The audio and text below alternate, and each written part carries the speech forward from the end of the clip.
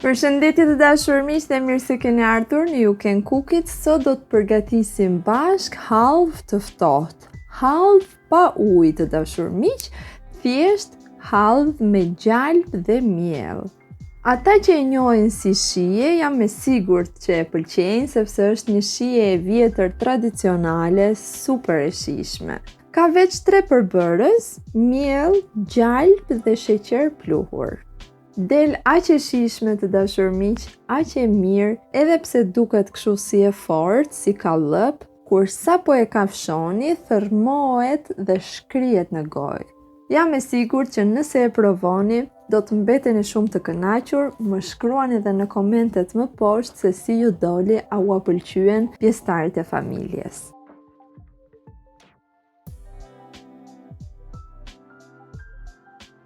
Le të fillojmë nga puna.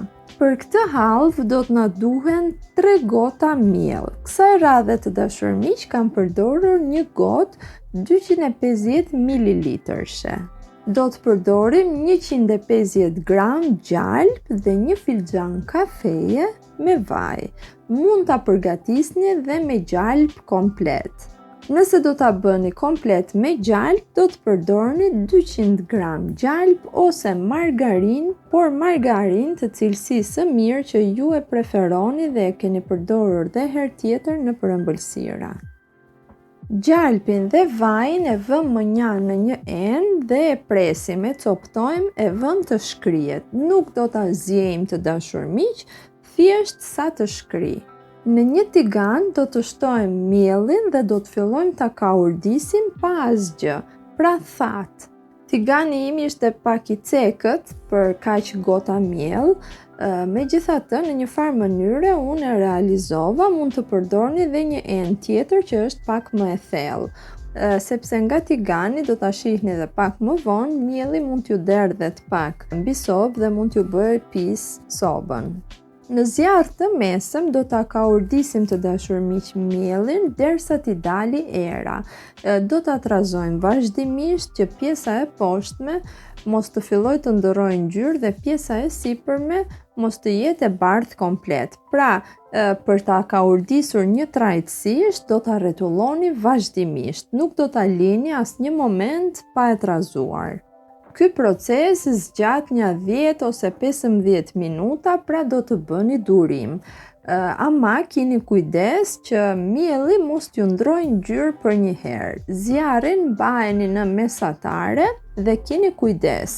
Nga që sasia e miellit është e madhe, duhet të keni parasysh që ta trazoni vazhdimisht që pjesa e poshtme mos na ndrojë ngjyrë për një herë dhe pjesa e sipërme na mbetet pa kaurdisur.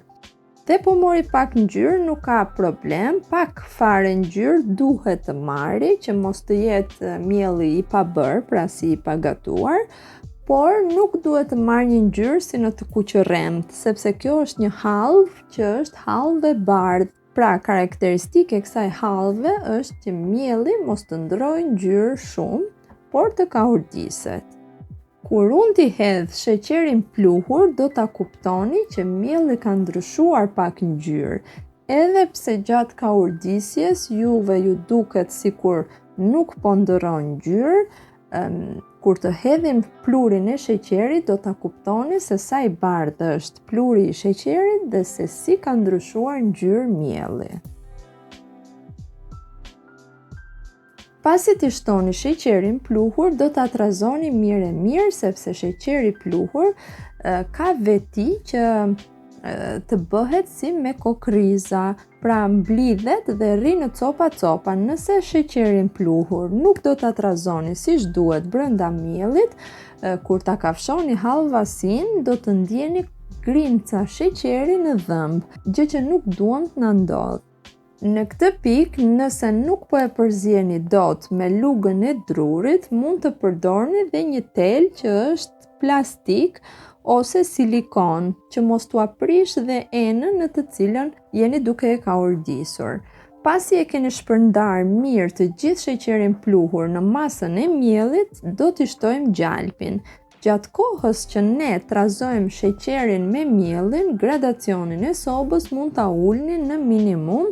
Në këtë mënyrë mielli nuk vazhdon që të ndërrojë ngjyrë, thjesht përzihet siç duhet.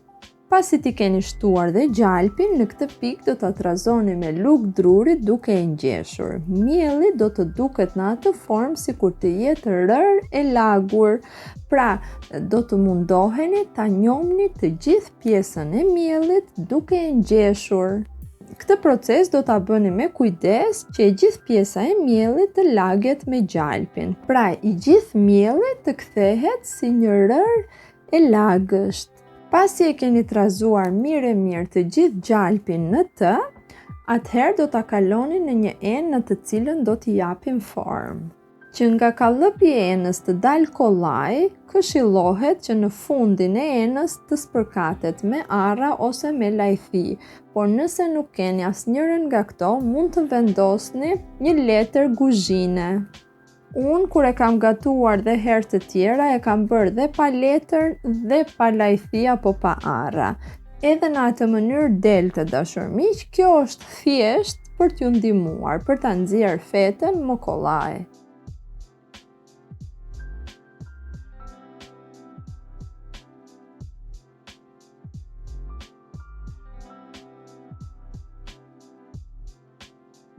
E ngjeshim mirë me anën e një luge ose një spatulle gatimi.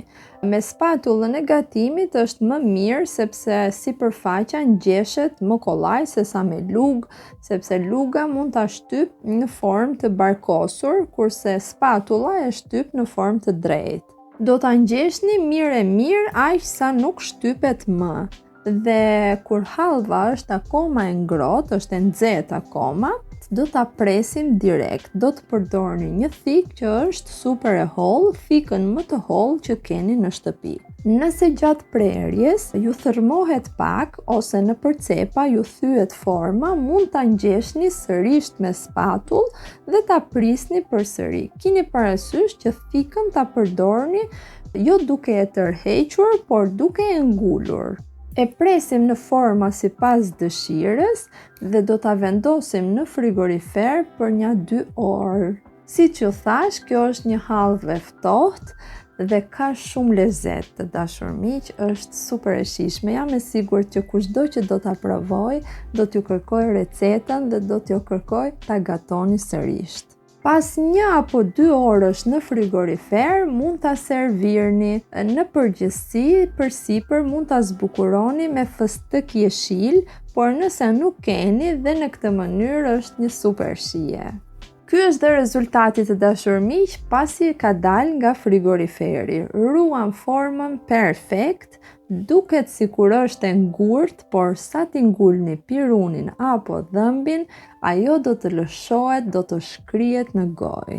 Kjo ishte pra të dashur miq dhe receta për sot, shpresoj t'ju ketë pëlqyer, shpresoj ta provoni dhe të më shkruani në komentet se si ju doli. Era e mire kuzhinës dhe harmonia me njëri tjetrin mos qoftë kurrë mangët në shtëpitë tuaja. Gjithë të mirat dhe mirë dëgjofshim.